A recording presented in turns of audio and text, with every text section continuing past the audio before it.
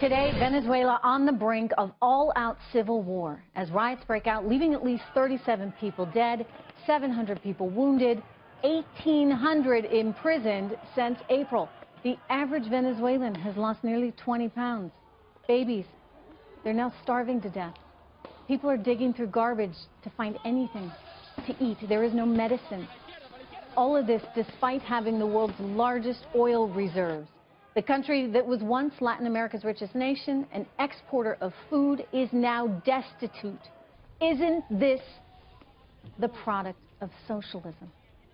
Joining us right now, Washington Examiner editorial director Hugo Gurdon. And Hugo, I tell you, I've been down there. I've been to Caracas. I may have told the viewers this story before. I spent weeks down there chasing Hugo Chavez all over Venezuela, trying to get an interview with him, and they keep promising me, okay, you know, mañana, and I'd show up at some rally he was going to where he'd talk and try to get in, and didn't happen. Eventually, the network said, you know, you got to get back and do your job here stateside. Right. But I did get to meet a lot of the people, and I did get to see, Hugo, firsthand what the country was dealing with. Now, on the one hand, yeah, they had some stuff handed out by the government. They had super cheap gas, right, because all of that was subsidized.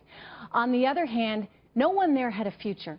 No one there knew that they could work towards anything because the reality was the government was going to take it away. Are we now looking at the effects, if you would, of actual socialism? Yeah, you know, Trish, Venezuela is an object lesson in what happens with extreme forms of socialism. And, you know, it was, as you say, a country which was the richest in South America. It has huge proven oil reserves like Saudi Arabia.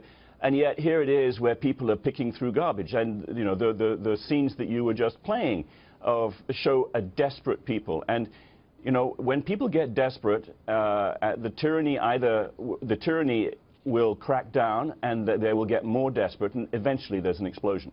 You know, I think about the oil reserves, and you mentioned rivaling Saudi Arabia. I remember the Venezuelans boasting to me that they had more than Venezuela because they had this opportunity in what was known the Orinoco region. I went there, I saw it, and it was this very thick oil, tar-like oil. And they needed the technology, Hugo, to refine that stuff. But what did they do? They came in and took over all the oil companies that were there in the Orinoco region. They took over the U.S. companies, the French companies that were there investing in that very technology that, Hugo, they needed in order to get the oil out of the ground.